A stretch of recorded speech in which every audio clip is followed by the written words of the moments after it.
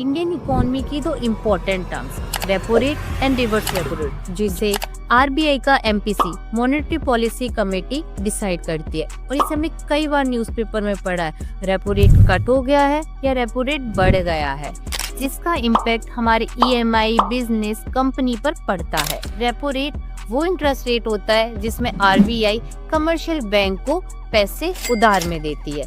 जैसे इमरजेंसी में एक स्टूडेंट ने अपने टीचर या फ्रेंड से बुक्स लियो, वैसे ही आरबीआई बैंक को पैसे उधार में देता है। आरबीआई जो इंटरेस्ट चार्ज करता है वही रेपो रेट होता है। बैंक्स ये लोन लेने के लिए गवर्नमेंट सिक्योरिटीज गिरवी रखती हैं। जैसे अगर रेपो रेट 5.5 से 5.25 हो गया, मतलब आरबीआई ने बोरोइंग को सस्ता कर दिया है। जैसे लाइब्रेरी की लेट फाइन फीस कम हो जाती है, तो अब लोन लेना इजी हो जाता है। बैंक को सस्ता पैसा मिलता है तो वो हमें भी चीप लोन्स देते हैं। रेपो रेट कम होने का इम्पैक्ट, चीप लोन्स जैसे home loan, car loan, business loan की इंटरेस्ट गिर जाते हैं। स्पेंडिंग बढ़ती है, लोग घर, गाड़ी, गैजेट ज्यादा खरीदते हैं। बिजनेस एक्सपेंशन, कंपनी सस्ते लोन लेकर अपने नए प्रोजेक्ट को स्टार्ट करती है। फार्मर्स को फायदा, लिक्विडिटी बढ़ती है, मार्केट में ज्यादा पैसा सर्कुलेट होने लगता है। इकोनॉमिक ग्रोथ, बोरोइंग और स्पेंडिंग बढ़ने से जीडीपी में भी ग्रोथ होता है। अब इसी का उल्टा रिवर्स रेपो रेट,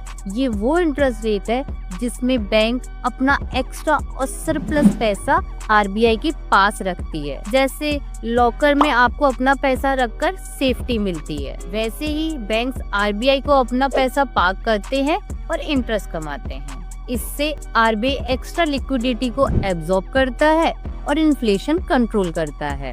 और अभी आरबीआई की एमपीसी ने रेपो रेट 5.25 कर दिया है। अब नेक्स्ट टाइम जब भी सुनो कि आरबीआई ने रेपो रेट कट किया, तो समझ लो लोन सस्ता हो सकता है, बिजनेस ग्रो करेगा और इकोनॉमी को बूस्ट मिलेगी।